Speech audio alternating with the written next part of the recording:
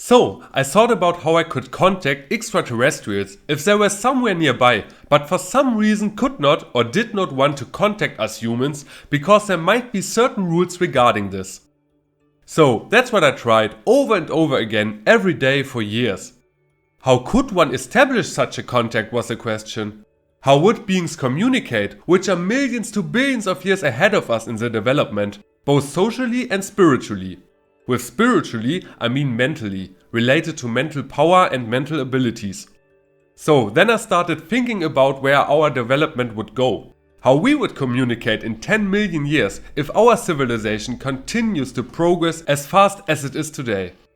At the beginning, it was more of a fun thing to do because, of course, I didn't believe that we were really being watched with eagle eyes and that there really were extraterrestrial beings around that you could theoretically make contact with. So I didn't really think about it when I started to talk to these hypothetical extraterrestrial persons. But how exactly I tried to do that must remain my secret. Because this attempt could have gone wrong and almost ended in an insane asylum. Or rather, let's say, it almost went wrong. Because in the end you can't tell whether this contact works or you just got a normal psychosis. After all, there is no tangible evidence afterwards, but only things that take place mentally. Extraterrestrials will have very precise rules how to deal with newly consciously aware species and why it is not okay to just land there and announce your presence. We humans will not have less laws when we have evolved, but rather more rules and regulations. A society needs rules and regulations, so that you can exist civilized and everything runs in regulated courses. Let's get back to the real issue, contact practice. So, I did my contact exercises every day. It wasn't a lot of time that I invested there, but still apparently enough time and attention that someone really took notice of me. One day I was visiting my parents and was in my old child's room. It was just a normal day like any other. Suddenly I was overcome by an incredibly intense feeling of being looked at. As if someone was looking directly into my eyes, without blinking, and looking deep into my soul, into my ego. It literally knocked me off my feet, and I fell onto my couch and started shaking uncontrollably. When I closed my eyes, I was in a kind of rainbow sphere.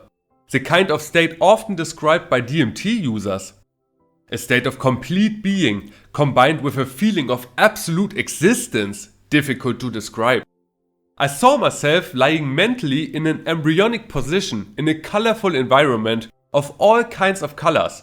And now I had the feeling even more strongly that there was someone there who was looking deep into my innermost being. In this rainbow sphere I was not alone. There were 3 other people with very large heads standing around me, giving me a feeling of understanding and love. I did not speak or say anything in this experience. It all worked with thoughts and the inner dialogue that one knows from normal thinking. My first question was whether this was really taking place and whether it had something to do with my attempts to make contact. It was suggested to me that I would now be ready to change my attitude and the existence of said beings should now be considered as real and that it is no longer a joke. Now there would be no turning back for me and I wanted to know if this was okay for me. Because certain laws forbid to do something against the will of the underdeveloped species, and the contact may only take place if everything is based on reciprocity and agreement. I affirmed this, of course, even if the circumstance was more than overwhelming at that moment. On the question who the 3 beings were and where they came from, I got no answer. It was not important where they came from and since when they are here. I would not believe it anyway. It was suggested to me that I had already drawn attention to myself the first time I tried to make contact and that the beings had been watching me ever since. It should be mentioned that the whole event happened several years after the first contact attempt and until then I thought that it was a fun experiment that was not really serious, a philosophical thought experiment. I also had to justify myself once again for everything bad I have ever done and thought in the 50 minutes that the whole thing lasted. All the mistakes and negative aspects of my life so far were brought before me once again, which was very exhausting and emotionally demanding. Things that I had repressed for a long time were brought out of the depths of my subconscious and addressed and talked about again. This had to happen, because only an absolutely conscious and honest person would even be considered for contacting said beings. I could not hide anything from them or reinterpret anything.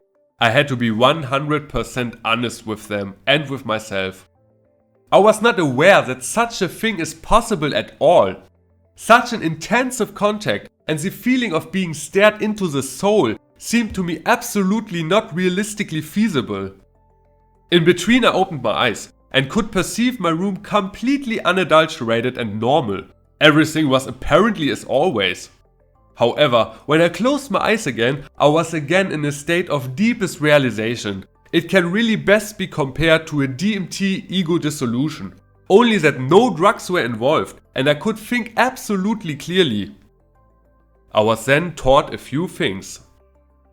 We humans are theoretically ready to be accepted into the circle of higher civilizations and to walk the path of expanded knowledge. However, humanity must first pull together and no country must be excluded or disregarded. We need a person, an ambassador, who speaks for all people and is accepted as a representative of all mankind by all countries. Before this is the case, there will be no disclosure of the truth about other civilizations, and they will not reveal themselves to mankind, because laws and regulations explicitly forbid this. Governments, by the way, do not know the truth either, because said beings are no longer in contact with governments and military representatives. It was tried once and failed terribly. Military representatives have broken agreements and lied to the extraterrestrials, trying to deceive them. This way through governments is not possible anymore. They have blocked this way by their acting themselves. Before there is no representation for all people and all countries of the world, there will be no disclosure. People who claim they know what the extraterrestrials want are lying 99% of the time.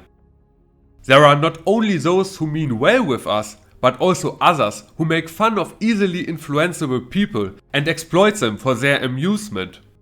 However, this spiritual game with mentally weak people must not be confused with a real contact. Not all species mean well with us humans.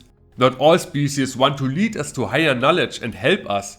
Yes, there are several civilizations that are in the vicinity and observe us. Unfortunately, I don't know how many exactly.